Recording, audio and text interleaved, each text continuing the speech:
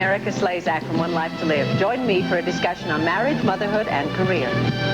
Issues of the day are dealt with on the plot lines of some soap operas.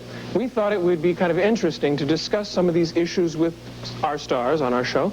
Today we're going to take a look at marriage, motherhood, and career. Now, can one person do it all? Do the kids suffer? We have to get a couple of different opinions, and we have two actresses who've found their own way for achieving success in all three areas. One decided to wait and have her children later in life, and the other took time off from her career to raise her children and then returned to her career. From One Life to Live, Erika Slezak. And from Falcon Crest, Abby Dalton. Welcome, both of you. Thank you very much.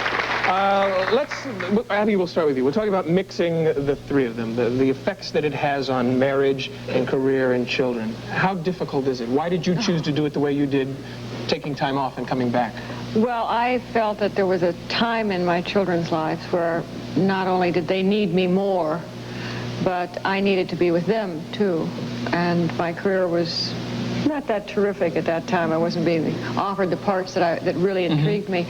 So I figured that was the time to do it. I think you have to put some sort of priority on your time, and whatever is the most needed at that time should have it. Like, I just canceled something that was coming up because I felt that I should stay home and be with my kids. So this was a case where you felt your career could take a second place? Yes. And then you went on and had the kids. Now the kids are older. Is that why you've gone back to work? Yes, because they're all three teenagers now. You want to be in a house with three teenagers? You've taken the easy way out. There are a lot of people that know what I'm talking about there. Now, in your marriage to your husband, there was a time off. Yes. You all were divorced and then remarried? That's right. My husband and I were divorced for 3.5 years, and our marriage had gotten to a point where it was, I don't know whether it was stagnant or we were stagnant or what, but we needed to get away from each other and work some things out, and we did. And but all that time, we never lost track of each other. Of course, with 3 children involved, you don't lose track. And I realized eventually, I changed some things about myself, he changed some things about himself, and then we fell in love again.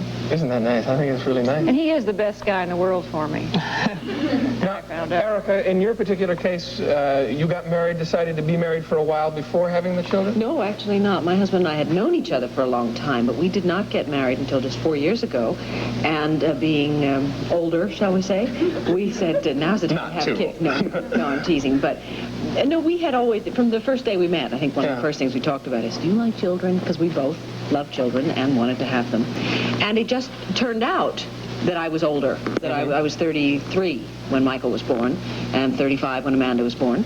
And it was not a question of waiting, actually. It just happened that way. I am glad it happened that way because I am much older and much more able to cope with my children. Did you have to say to yourself, okay, now the kids are going to come, I'm going to have to pull back on career? Or what steps did you take in your marriage to make sure you could have the career as well? There's so little right now that I have not been forced to make a decision yet. It is very, very difficult to combine all three, as I'm sure Abby knows. Oh, boy. It is, I tell you, the things you go through, and if I didn't have a husband who was so marvelous, I could not do it because he spends a lot of time with the children, a great deal of time. When I'm gone at the studio, I'm gone from 7 a.m. till sometimes 10, 11 o'clock at night. I don't see the kids at all, but I have every weekend with them.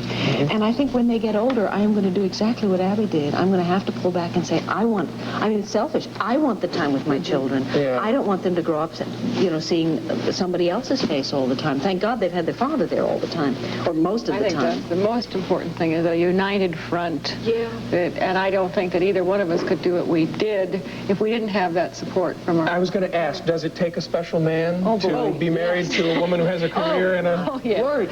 Really? What kind of special man? Briefly, tell me. What qualities does he need? He loves the children. He loves me. He loves the children. We love him. He's crazy about the children. But he's also a very, very giving person, and he's decided that this is a time when he can pull back on his career, and it's almost a selfish thing on his part, too. you know, our parents, our fathers especially, I think, didn't have that opportunity to spend the time with their children.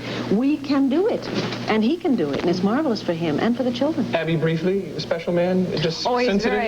very.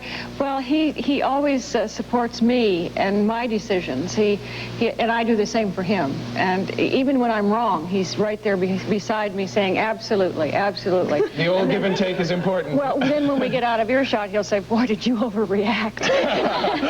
Thank you very much for sharing this with us. Thank Abby you. Dalton and Erika Slezak, we appreciate that. Very nice.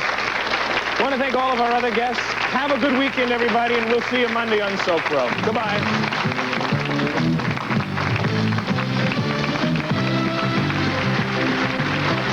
Pictures provided by Soap Opera Digest, Afternoon TV, and Daytimers magazines.